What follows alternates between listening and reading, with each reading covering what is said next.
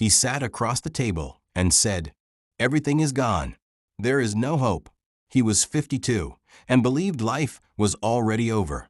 But what happened next changed the way I see despair forever.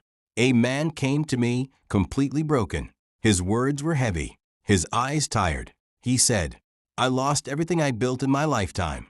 I'm too old to start again. I've lost all faith." And honestly, I felt that pain. Because when the mind collapses, reality follows. So I asked him something simple. "Let's write down what you still have." He laughed bitterly. "There's no point. I have nothing left." I said, "Let's just see anyway. Is your wife still with you?" He paused. "Yes, and she's wonderful. 30 years together. She would never leave me." "Good." "Do you have children?" "Yes. 3.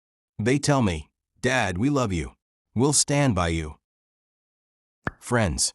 He nodded. "They want to help. They care."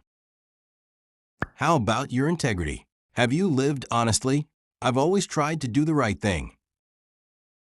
"Your health?" "Pretty good, actually." "Where do you live?"